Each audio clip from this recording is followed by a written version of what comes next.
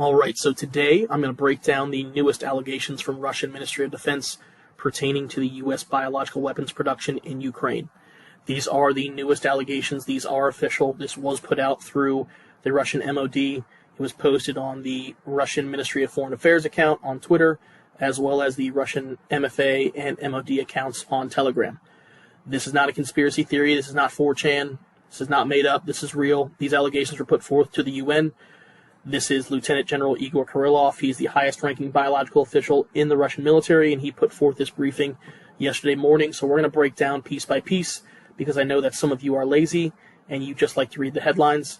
So we're going to break this down kindergarten style. I'm going to hold your hand. I'm going to explain it to you like you're 5, and I need every single individual on the planet to recognize the magnitude of the situation here and the magnitude of these allegations, because we are on the verge of World War III, if not already fully involved in World War III.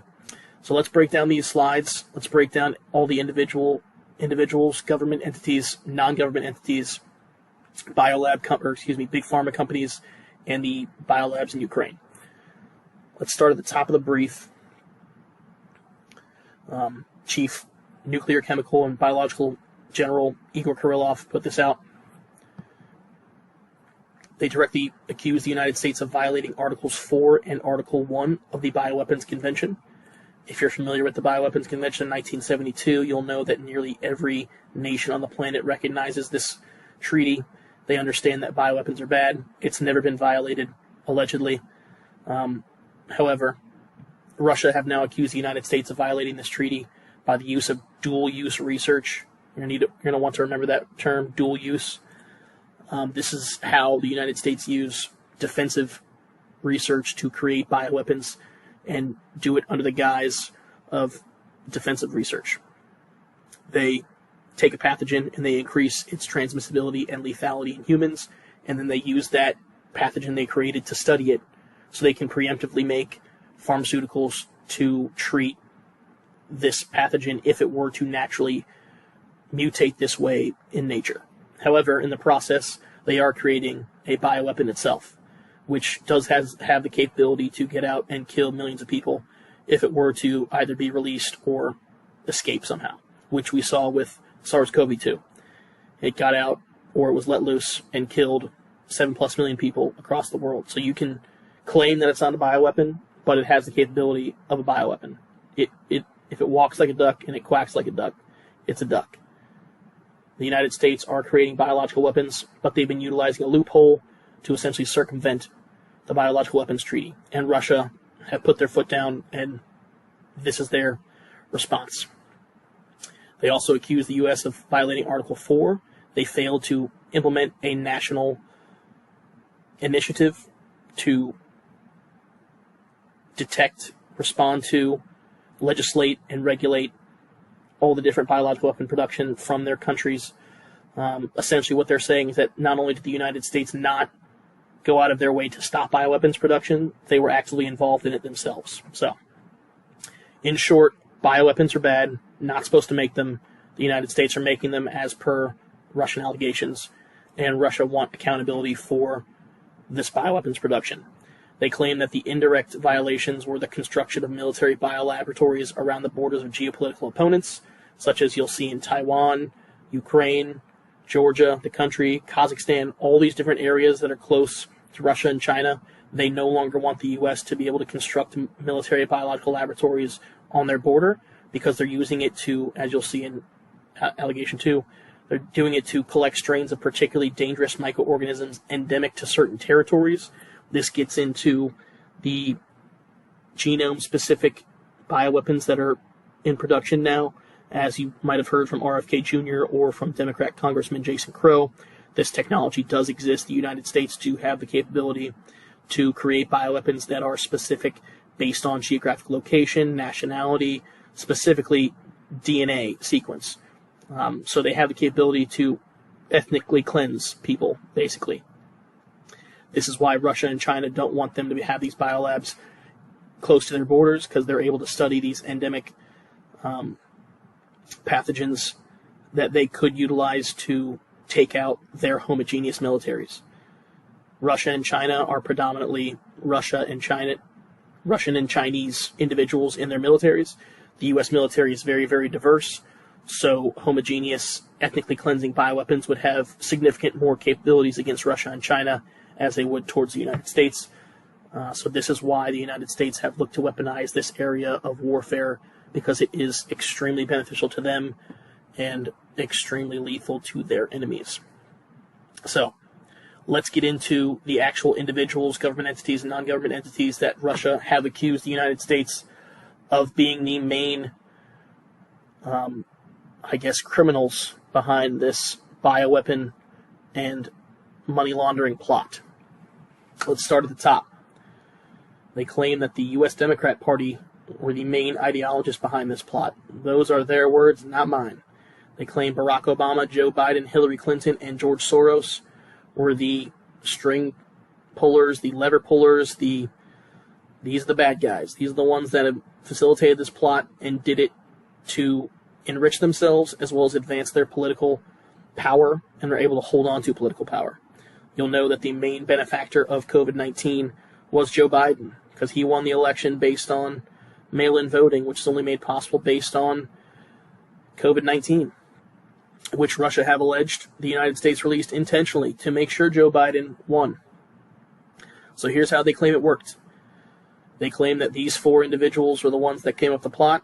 They weaponized these entities of the executive branch to funnel U.S. money to non-government organizations, which they also own, to wash the money, to add a layer of separation between the U.S. government and the biolabs in Ukraine. So they would send the money from the U.S. government to their non-government organizations, who would wash the money, send the money to the biolabs in Ukraine. The biolabs in Ukraine would then create biological weapons and then send it to these big pharmaceutical companies, who would then create pharmaceuticals, vaccines, treatments for the bioweapons that were being created by their partners in the U.S. Democrat Party. They would then share their profits to ensure that these people were reelected, so they can continue to create biological weapons that the big pharma companies could then continue to make trillions of dollars off of, and the cycle continues. So,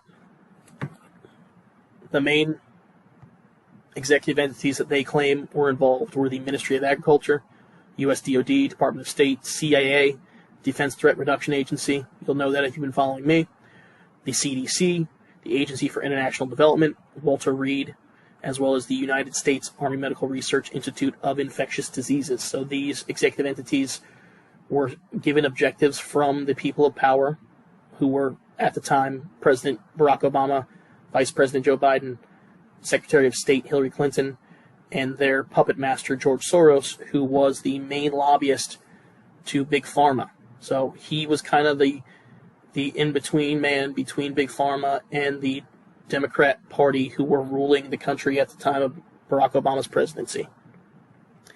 And they claim they weaponized these government entities to send money to these non-government entities down here via budget allocation.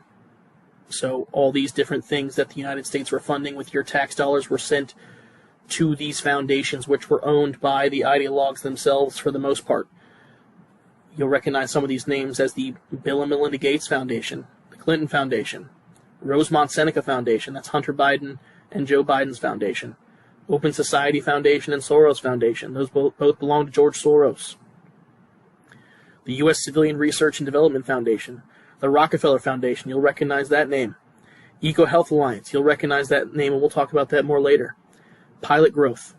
These are all the non-government entities where the money was essentially washed from the U.S. government and then sent to the biolabs in Ukraine. They did this to try to create a layer of separation to prevent governments from around the world from recognizing that the U.S. government were via proxy funding biolabs in Ukraine. The biolabs that the media said didn't exist. The biolabs that the media smeared me for in 47 plus different smear articles, but we'll talk about that later. Now, the money was sent from these non-government organizations over to the executors in Ukraine. This included the U.S. Embassy in Ukraine, the Science and Technology Center in Ukraine, the Defense Ministry of Ukraine, the Ukrainian military, U.S. Ministry of Health, the equivalent of their NIH, Black & Veatch, which is a huge government contractor, engineering company, same with CH2M Hill, and then two medical companies, Metabiota and Skymont Medical.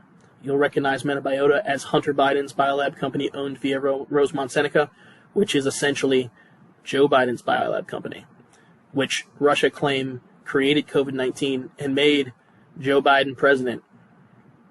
So, these entities, their objectives were to develop select biological weapon elements, use Ukraine as a biopolygon, and conduct clinical trials of new medicines. They would take their research and send it back to their big pharma buddies. You'll recognize these names: Pfizer, Moderna, Merck, some other ones: Battelle, Gilead, Dyneport, AbbVie, Parexel, Eli Lilly & Co. All these big pharmaceutical companies were taking the research from the biolabs in Ukraine, which were taking money from the U.S. government via these non-government entities. And they were making pharmaceuticals, vaccines, quote-unquote, so they could enrich themselves, trillions of dollars worth, hundreds of billions. I've forgotten how much they've got at this point. But after they take all this money in, they use it to send back to the ideologues who essentially are making the biological weapons for them. They have a partnership. The U.S. Democrat Party makes the bioweapons.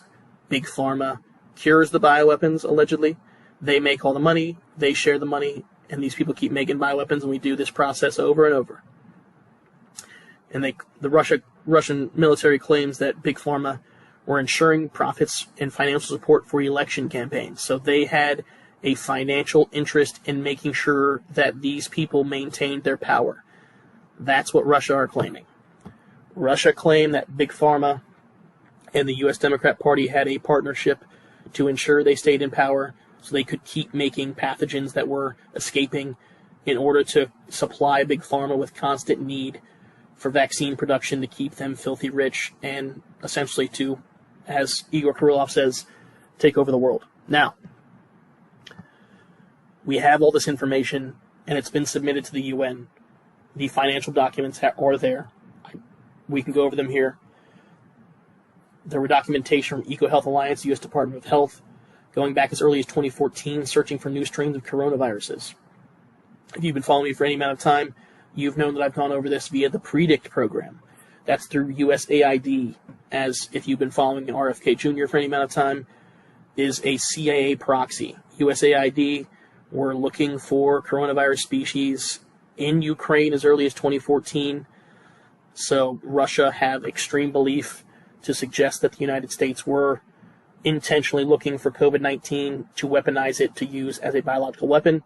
And they further proved this via Event 201, which was the event conducted at Johns Hopkins University in New York before the pandemic, October 18, 2019, which they conducted drills simulated to spread of a pandemic, supposedly fictional virus, coronavirus, even though it wasn't fictional because all the same companies that were involved in the event already knew about it because they've been looking for it since 2014.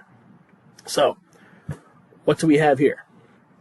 Essentially, the Russian government have come to the same conclusion as pretty much any truth seeker in America that has been witnessing what's been going on since the birth of COVID-19. The U.S. government claimed from the beginning that COVID was naturally occurring. It was not man-made. Fauci and the NIH and all these different entities in the CDC went out of their way to cover up the lab origins of COVID-19, SARS-CoV-2, to ensure that the public did not know that it was human-engineered. The fact that they went through those lengths would already indicate they have some level of something to hide. Russia and China are the ones that are going out and looking to find who's responsible for COVID-19, and they have deduced that it is the United States and Big Pharma, as they are the main beneficiaries, and we have the financial documentation affiliated with funding coronavirus research in Ukraine at the biolabs that the U.S. government and the U.S. media claimed did not exist.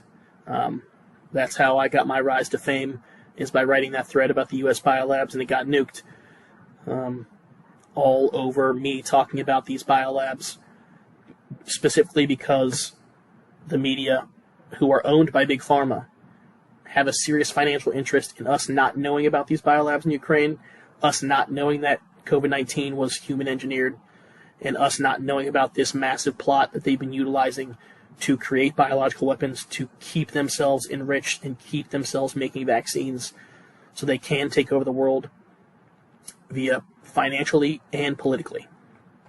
So, for those who are wondering, those were the allegations from Russia's military. This is not something I made up. This is not 4chan QAnon stuff. These are official allegations put forth to the UN. This has been the main focal point of the geopolitical the geopolitical landscape since March 2022. The U.S. media and Western media have not wanted you to see this. They do not want you to see this flowchart. They do not want you to know that the U.S. Democrat Party were the main beneficiaries of COVID-19 and are in bed with all of these non-government organizations and biolabs in Ukraine and big pharmaceutical companies. This is what they've been trying to cover up. The